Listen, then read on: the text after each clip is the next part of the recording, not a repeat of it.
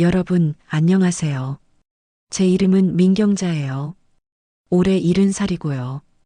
평생을 남의 집 가사도우미로 일하며 아들 하나 키워낸 평범한 엄마였죠. 그런데 평범한 줄 알았던 제 인생에 갑자기 폭풍이 휘몰아쳤습니다. 믿으실지 모르겠지만 제가 살던 집을 팔고 홀로 독립하게 된 이야기 지금부터 들려드릴게요.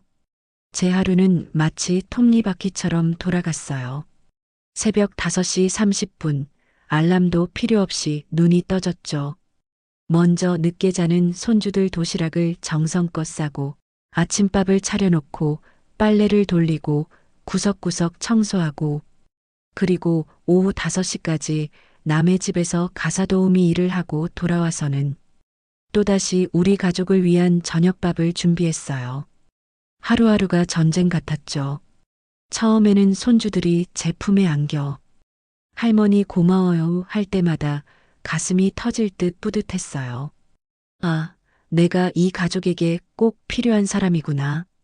내 존재가 이렇게 소중하구나. 그렇게 생각했거든요. 그런데 언제부터인가 달라지기 시작했어요. 며느리 서연이가 저를 바라보는 눈빛과 말투는 마치 고용인을 대하는 것처럼 차가웠죠. 그녀는 늘 집안일의 진행 상황을 물었고 저녁 식사는 한치의 오차도 없이 정확한 시간을 요구했어요. 빨래마저도 우리 옷이랑 섞이면 곤란하다며 따로 하라는 말을 들었을 때는 목구멍이 메어왔습니다. 한 집에 살면서 빨래도 따로 해야 한다니. 저는 정말 내가 이 집의 가족이 맞나? 라는 생각이 들곤 했죠. 제가 모처럼 TV를 보고 있으면 며느리는 아침부터 시끄럽다며 소리를 낮추라고 말했어요. 새벽부터 가족을 위해 분주히 움직이고 잠시 쉬는 저에게 시끄럽다니요. 그때 깨달았죠. 아, 내가 이 집에서 환영받지 못하는 존재구나. 마치 제가 고용된 가정부 같더라고요. 아니, 가정부한테도 이렇게 함부로 하지는 않을 거예요. 가정부는 적어도 월급이라도 받고 퇴근 시간도 있고 휴일도 있잖아요. 더 가슴 아팠던 건 제가 감기 몸살로 온몸이 열이 올라 누워 있을 때였어요. 39도 열에 시달리며 숨도 제대로 쉬지 못하고 있는데 아들은 저의 건강이 아니라 저녁 준비를 걱정했죠. 그 순간 눈물이 핑 돌았어요. 아, 내가 이 집에서 정말 사람 취급을 받고 있는 건가? 오랜 가정부 일로 저를 괴롭혀왔던 허리가 도저히 버틸 수 없을 지경이 되었고 결국 수술을 받아야 한다는 의사 선생님의 진단을 받았습니다. 아들에게 수술 소식을 전하자 그가 가장 먼저 물어본 건 그 사이에 집안일은 어떻게 할지였어요. 망치로 머리를 얻어맞은 것 같았죠. 제가 수술 받는다는데 제일 먼저 걱정하는 게 집안일이라니. 제 건강, 제 안전, 제 생명은 뒷전이었어요. 수술 당일 저는 혼자 병원에 갔습니다. 수술복으로 갈아입고 수술실 앞에서 기다리는데 간호사가 보호자는 안 왔냐고 묻더군요. 저는 바빠서 모두 못 왔어요. 괜찮아요. 혼자서도 잘할 수 있어요 라고 말하면서도 목이 메었어요. 70년을 살면서 가장 무서웠던 순간을 혼자 견뎌야 한다는 게요. 마취에서 깨어났을 때도 텅 빈 병실에 혼자였어요. 물 한 모금 달라고 할 사람도 손 한 번 잡아줄 사람도 없었죠. 하얀 천장만 바라보며 내가 정말 이 세상에 혼자구나 하는 생각에 눈물이 뚝뚝 떨어졌어요. 퇴원할 때도 마찬가지였어요. 허리가 아파 제대로 걷기도 힘든 몸으로 택시를 타고 혼자 집에 왔는데 며느리 서연이는 현관에서 저를 맞으며 제일 먼저 집안일 가능 여부를 물었습니다. 그 순간 가슴이 무너져 내리는 걸 느꼈어요. 허리 수술하고 온 지 하루도 안 됐는데 걱정하는 건 집안일이었어요. 저는 의사가 한 달은 무리하지 말라고 했다고 답했고 며느리는 한 달 동안 집안일을 누가 하냐며 파출부를 불러야 하는지 돈이 많이 들 텐데 걱정하는 모습을 보였죠. 제 어머니가 수술했는데 파출부 부르는 게 그렇게 아까운 돈인가요? 그 말을 들으며 아, 내가 정말 이 집에서 무료 가정부였구나 하는 걸 뼈저리게 깨달았어요. 가장 가슴 아팠던 건 며느리와 아들의 대화를 우연히 들었을 때였어요. 제가 화장실에 가려다가 거실에서 들려오는 소리에 발이 얼어붙었죠. 며느리는 제가 있으면 생활이 너무 제약받는다고 했고 아들도 솔직히 제가 없으면 더 자유로울 거라고 말했어요. 심지어 요양원 이야기도 꺼내더군요. 전혀 예상하지 못했던 아들 내외의 진심을 듣게 되었고 다리에 힘이 풀려 벽에 기댈 수밖에 없었어요. 제가 있으면 자유롭지 못하다는 얘기였죠. 20년 동안 이 가족을 위해 제 모든 걸 바쳤는데 저는 그들의 자유를 방해하는 짐이었던 거예요. 바로 그 다음 주였어요.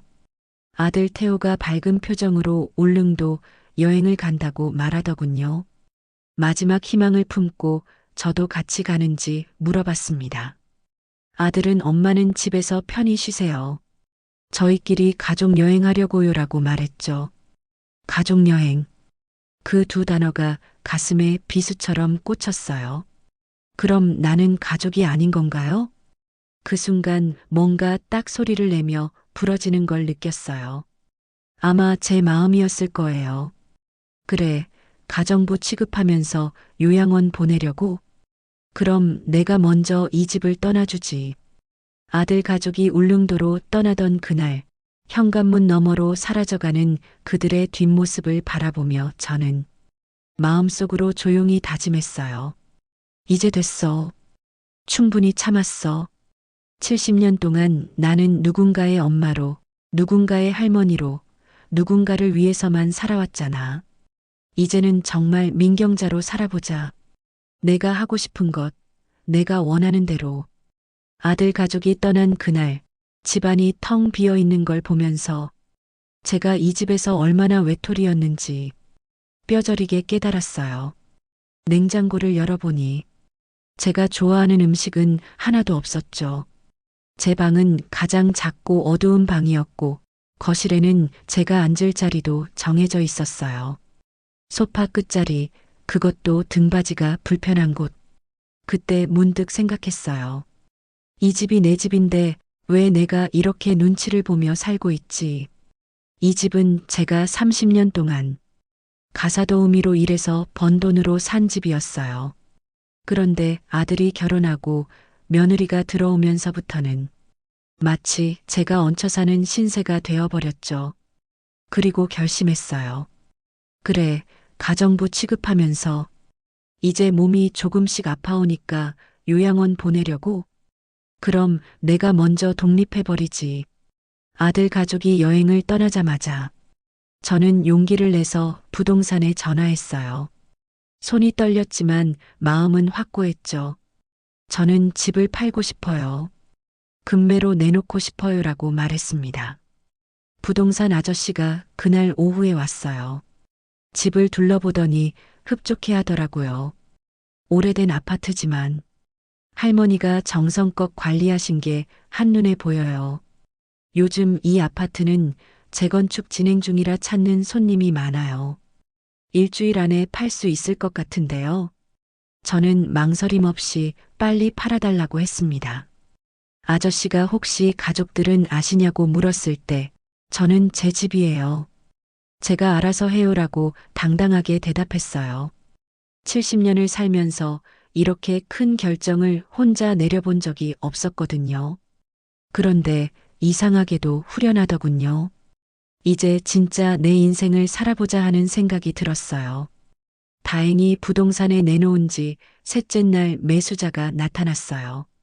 신혼부부였는데 이 집을 정말 좋아하더라고요. 그들은 할머니, 이 집에서 행복하게 사셨죠? 저희도 여기서 행복하게 살게요라고 말했습니다. 그 말을 들으니까 마음이 좀 아프기도 했어요.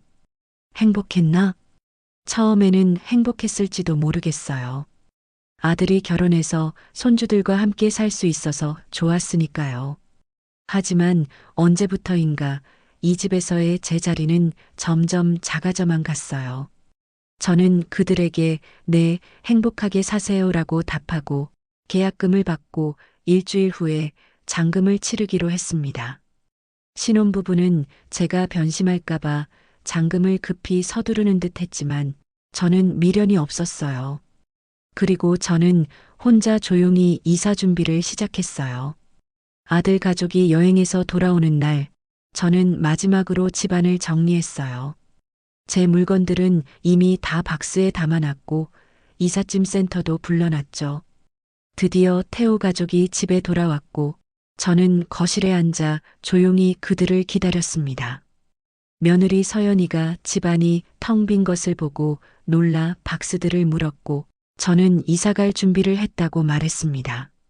제가 집을 팔았다는 사실에 아들 태호와 며느리 서연이의 얼굴은 창백해졌고 태호는 충격을 받은 듯 소파에 주저앉았어요.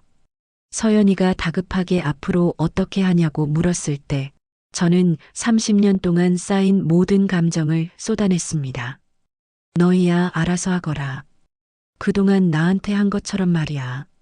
아들 태호는 갑작스러운 상황에 어떻게 해야 할지 몰라 했고 저는 그들에게 이제야말로 독립적인 생활을 하게 된 것이라고 말했습니다. 며느리는 언제 나가라고 했냐며 억울해했지만 저는 요양원 이야기를 꺼낸 것도 매일 집안일을 시키고 빨래를 따로 하고 저녁 식사 시간을 정했던 것도 다 그들의 선택이 아니었냐고 되물었죠. 그리고 이 집은 제가 30년 동안 가사도우미로 일해서 번 돈으로 산 집이라는 사실을 다시 한번 상기시켜 주었습니다. 그동안 제가 어떻게 살아왔는지 생각해 본 건지 둘 다 말이 없어지더군요. 저는 마지막으로 그들에게 일주일 안에 짐을 다 빼라고 통보했습니다. 며느리가 너무 빠르다고 항의했지만 저는 너희는 가족끼리 여행도 잘 다니지 않느냐며 나도 70살에 새로 시작하는데 젊은 너희들이 못할 게 뭐가 있냐고 담담하게 말했습니다. 그 순간 그 오랜 기간 동안 쌓였던 모든 스트레스가 한꺼번에 풀리는 기분이었어요. 속이 뻥 뚫리더군요. 아들 태호가 잘못했다며 다시 생각해 볼 수 없냐고 물었지만 이미 늦었습니다. 사실 그때까지도 제 마음 한편으로는 혹시 진심으로 사과하면서 붙잡으려고 하나 하는 기대가 있었지만 태호의 다음 말을 듣고 완전히 마음을 굳혔습니다. 그는 집 한 돈은 어떻게 할 건지 물었고 결국 저에 대한 걱정이 아니라 돈에 대한 걱정이었다는 것을 깨달았죠. 저는 제 돈이니 제가 알아서 쓸 거라고 말하며 동해 바닷가 근처에서 작은 집 하나 사고 남은 돈으로 여생 편하게 살 거라고 말해주었습니다. 며느리는 저에게 이기적이라고 했지만 70년을 살면서 저는 처음 들어보는 소리였어요. 남을 위해서만 살아온 제가 이기적이라니요. 그래, 내 말이 맞다. 이제 이기적으로 살아볼 거야. 70년 동안 남을 위해 살았으니까 남은 시간은 나를 위해 살 거야. 이사 당일 아침 새벽 5시에 눈이 떠졌어요. 20년 동안 몸에 밴 습관이었죠. 그런데 오늘은 아무도 챙겨줄 필요가 없다는 게 신기했어요. 평생 처음으로 제가 하고 싶은 것만 하는 아침이었죠. 천천히 커피를 마시면서 그동안의 삶을 돌아봤어요. 이 작은 시간도 정말 나에게 이렇게 소중할 줄 몰랐네요. 이삿짐 센터 아저씨들이 7시에 왔어요. 생각보다 짐이 많지 않아서 금방 끝났죠. 아저씨는 제 짐이 적은 것에 놀라며 보통 이 정도 평수에서 30년 사신 분들은 작은 트럭 한 대로도 모자라는데 짐이 참 적다고 말했습니다. 그 말을 듣고 가슴이 아팠어요. 정말 그동안 저를 위해서는 아무것도 사지 않고 살았구나 싶어서요. 아들 가족이 어색하게 서 있었어요. 그들은 제가 정말 떠나는지 물었고 저는 담담하게 그렇다고 답했죠. 참 긴 세월 동안 이 아들을 위해 제 모든 걸 바쳤는데 작별 인사가 이렇게 간단할 줄이야. 그동안 제가 이 집에서 얼마나 투명한 존재였는지 다시 한번 깨달았죠. 하지만 이상하게도 아쉽지 않더라고요. 오히려 드디어 이 감옥에서 벗어났구나 하는 홀가분함이 더 컸어요. 고속도로를 달리면서 창밖을 봤어요. 초록색 산들이 스쳐 지나가고 하늘은 푸르게 펼쳐져 있었죠. 세상이 이렇게 넓었구나. 정말 그동안 너무 좁은 세상에서 살았던 것 같아요. 3시간 남짓 달려서 동해 바닷가 근처에 도착했어요. 새 집은 사진보다 더 예뻤어요. 작지만 아늑하고 무엇보다 제가 주인인 집이었죠. 창문을 열면 바다가 한눈에 들어왔어요. 와, 정말 좋다. 내 집이야. 정말 내 집. 이곳으로 이사 온 지 3개월쯤 됐을 때 태호가 갑자기 찾아왔어요. 그는 살도 빠지고 초라해진 모습이었죠. 앉아서 차를 끓여줬는데 태호는 집을 둘러보며 여기가 정말 좋다고 말했습니다. 그러더니 결국 그동안 힘들었던 속마음을 털어놓더군요. 장모님 집에서 사는데 눈치 보이고 이제야 제 마음을 조금 알 것 같다고 했습니다. 그 말을 듣는 순간 마음이 복잡했어요. 한편으로는 이제야 깨달았구나 싶기도 하고 그래도 제가 낳고 기른 아들이니까 안쓰럽기도 했죠. 하지만 예전처럼 마음이 흔들리지는 않았어요. 태호는 다시 돌아오거나 함께 살자고 했지만 저는 웃으며 그 말을 거절했습니다. 저는 이제 혼자 사는 게 좋고 더 이상 누구 뒷바라지 안 할 거라고 말했죠. 대신 진짜 효도하고 싶으면 너희끼리 잘 살라고 말했습니다. 지금은 이곳에 온 지 6개월이 됐어요. 매일 바닷가 산책을 하고 작은 텃밭에서 채소를 기르고 이웃 할머니들과 차 마시며 수다 떨고 정말 평범하지만 행복한 일상을 보내고 있어요. 태호는 이제 일주일에 한 번씩 안부 전화를 해요. 예전과는 확실히 달라졌죠. 얼마 전에는 손주들이 편지를 보냈어요. 편지를 읽으면서 마음이 복잡했어요. 아이들은 그립지만 예전처럼 돌아갈 수는 없었거든요. 바다를 보면서 매일 생각합니다. 이제부터는 민경자, 오직 나만을 위한 삶을 살자. 저는 지금 난생 처음으로 저만의 파도 소리를 들으며 살고 있어요. 이 평화로운 순간이 저에게는 가장 소중한 선물이죠. 혹시 여러분도 저처럼 새로운 시작을 망설이고 있다면 주저하지 말고 용기를 내보세요. 우리 인생의 가장 빛나는 순간은 어쩌면 바로 지금일지도 모르니까요. 오늘도 제 이야기에 귀 기울여 주셔서 정말 고맙습니다. 구독과 좋아요로 함께 응원해 주시면 저와 같은 모든 시니어들의 아름다운 인생 이막에 큰 힘이 될 거예요. 다음 이야기에서 다시 만나요. 안녕히 계세요.